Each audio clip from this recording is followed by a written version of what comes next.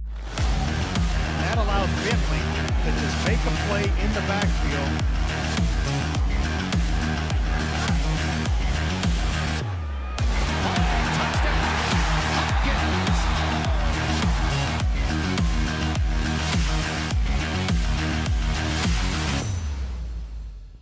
What are we doing for life? What are you doing with your life? Boilermakers forge a revolution for humanity. Research to stop cancer. Knowledge to spark a business.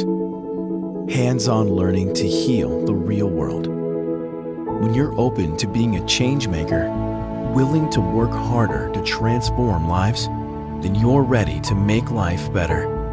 Health and Human Sciences at Purdue University.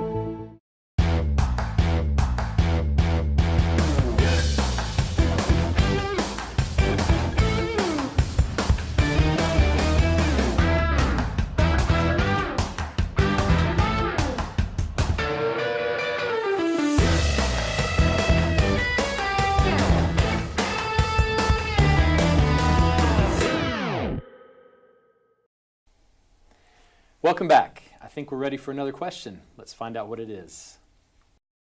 All right, my question for the professor is it possible that there are parallel dimensions, and could there be more than one of me doing multiple things at the same time? Thanks. Oh, for sure. No, please, that's our go Earth right and ahead. Atmospheric Science professor for that one. Sure, I mean, so that's hypothesized, right? That there are other dimensions. You could have multiple universes. It's definitely not my area of expertise. I mostly look at rocks and other planets, but yeah, it's definitely out there. People study that today. I mean, if you want to talk about cool new things in astronomy, totally diverting that question. There was the new discovery of a neutron star merger by the Laser Interferometer Gravity Wave Observatory just earlier this week, where they saw two super dense neutron stars merging because of the waves that they made in space-time. And then they also saw them visually with optical telescopes and with the other things they emitted, so they could confirm it happened, which is going to, and that discovery is going to fundamentally change our understanding of gravity and space-time and all these things, and perhaps help us answer questions like that about, are there other dimensions? What is the shape of the universe like? So there's really cool new things happening in that field right now. But the headline for that story, I think, was "This collision creates gold." Oh yeah, Right, so that was the other thing, that it shoots out. Right. I don't know how many tons and tons and tons, Of millions of heavy tons metals of gold and things. Yeah, so we are all star stuff. That's right, and everything comes back to economics, which we've already started on today. What do you think? Because of the gold? Well, that was the No, newsworthy element, the fact that gold was created, not it's 130 million light years away, or we're going to learn about the world. Thinking if there's another whole Gold, that's the headline. universe with an alternate reality, I'm in trouble because I'm trying to get after the truth in my job. I'm a scientist, and so there is this belief that there is at least a correct answer for a lot of the stuff that we're looking for or looking at or whatever. But I actually was taken to the alternate reality I thought of immediately as a biologist was sleep and dreams, and this idea of which one's the reality and which one's the dream state. I mean, we think we all know, but in fact, during your dreams, you're living an alternate reality, almost certainly. Well, we all kind of live in our own realities, right? We all perceive things differently. The way I am seeing this right now is different than what you guys are. The way I remember it will be different, and so we kind of all live in our own little bubbles anyway. Yeah, and there's certainly a lot of sci-fi movies and books that like this idea. The Dark Tower, which recently finally came to the big screen, has a little bit of the alternate reality stuff. I don't know. One is enough for me to deal with, I think. Right. So if I had to answer, do I think there are more of me out there in other dimensions doing other things at the same time? That just makes my head hurt. I'm going to say no. I'm one person at a time. That's... Of course, if there were, it gives you that out about answering what happens after I die. Because essentially maybe you don't die in some other alternative reality. But I found as a mother that was one of the hardest questions I got from my child. Really? Oh yeah. Because they usually ask you when they're too young to really... What happens after you die? Yeah. Oh, I thought you meant, is there No, an alternate reality where I exist doing something else? And I was like, wow. Well, That's what some happens precocious to me children. after I die, or what happens, Right. what's going to happen to you if you die, Mom? That's a tough one. Right.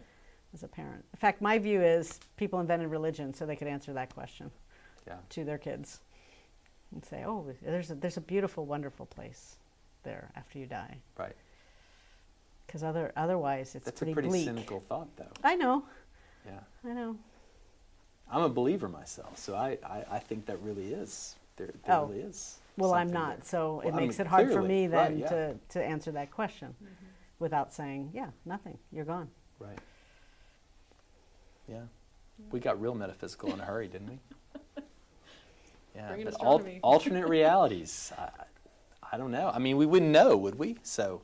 No, and actually the crazy thing about that question is if there are alternate realities, it's probably different universes, right? Where the initial conditions were a little bit different. You change some parameter, you change the gravitational constant by 0.01% or something. What does that do to the universe? What does that universe end up looking like?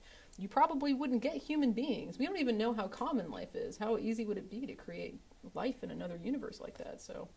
Yeah, even creating life in this universe is Yeah. a $64,000 question, right? Besides us, how many times has it happened? It's a $2 billion question because we're sending a rover to Mars in a couple of years to try to figure that out. So, So what do you think? Do you think there'll be any big discovery? I hope so. That's what we're putting our money on. I mean, we're hoping if we go to the right place on the right planet, we can find evidence that life existed beyond this Earth, and that's what NASA's trying to do.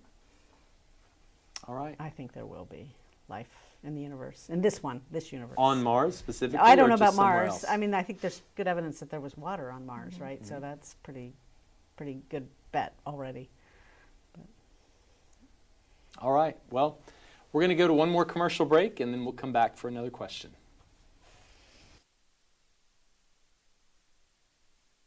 Where can I get a degree that will give me a theoretical knowledge but help me to apply it? That the curriculum is different from most of the other colleges on campus.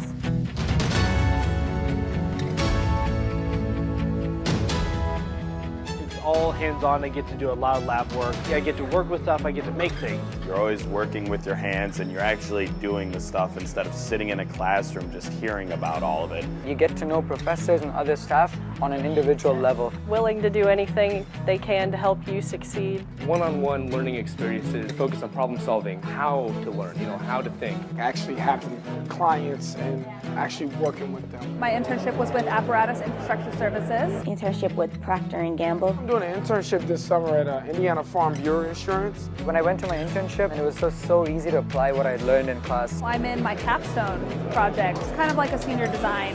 End of the year, I'm graduating. Let's see what I can do with all the things that I've learned. Extremely diverse.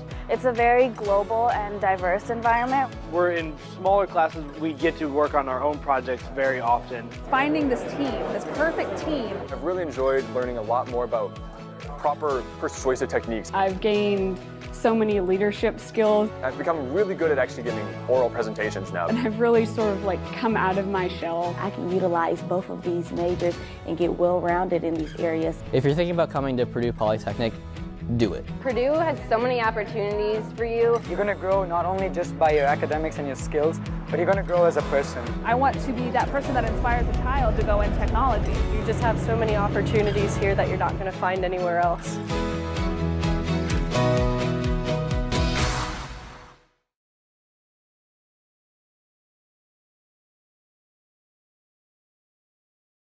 What are we doing for life? What are you doing with your life? Boilermakers forge a revolution for humanity. Research to stop cancer. Knowledge to spark a business.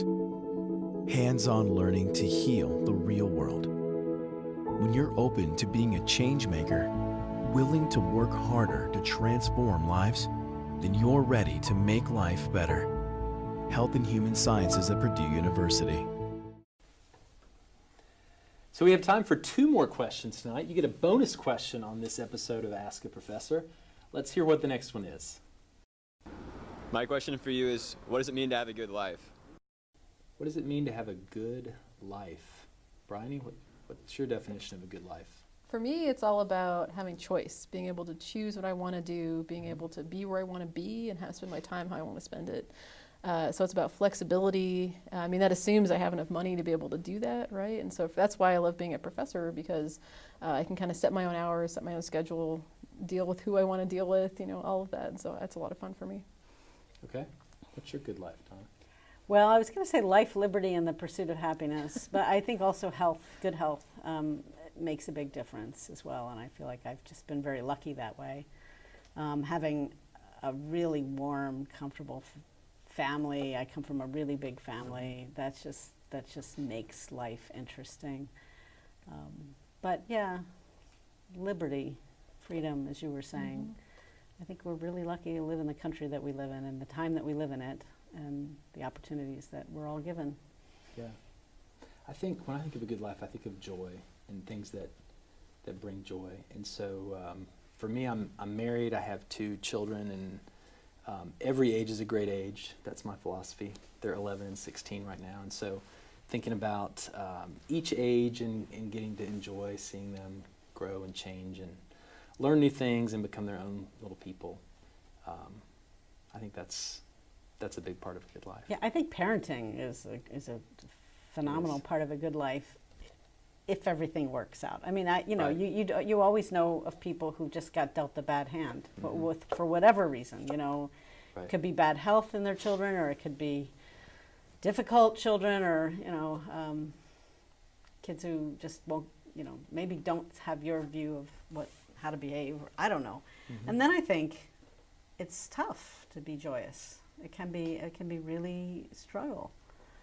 So having a good life is partly the hand you're dealt, and then how you deal with it, right? I mean, I think some people can be dealt a bad hand and still keep up a really positive attitude on life, and that varies also. But it's nice to talk about children who are wonderful, and it's great to parent with beautiful, healthy children, which I have 2 of also. Yeah, and it's easy. Right, and I didn't mean to imply that that's a requirement for a good life, I think, but when I think about things that have brought me joy in mine, that's part of it. We just, my family goes to Gatlinburg every fall. We like to watch the leaves change, although this fall we were too early, and so everything was still green. But we started when I was an only child, and my parents would go with just me, sometimes a grandparent.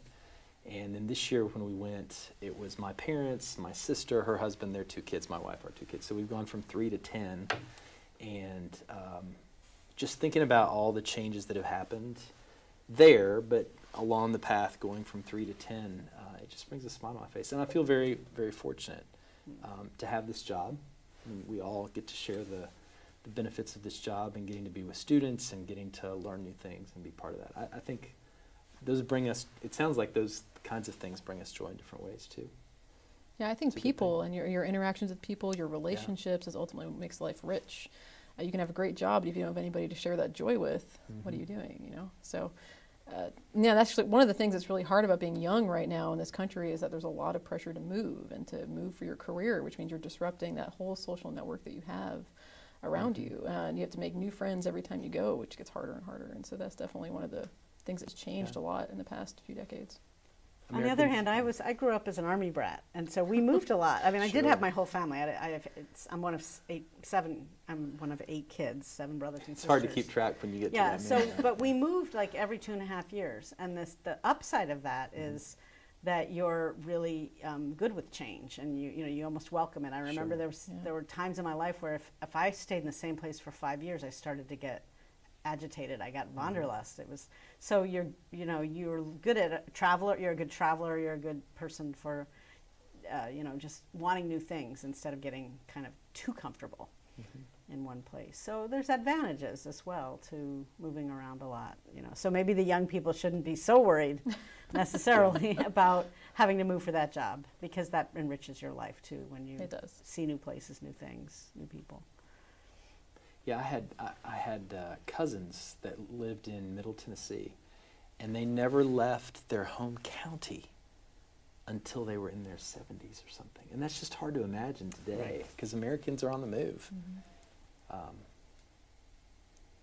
It's definitely part of who we are and who we're becoming, I think. Yeah. Well, I think we have time for one more question, so let's hear it as we wrap up tonight.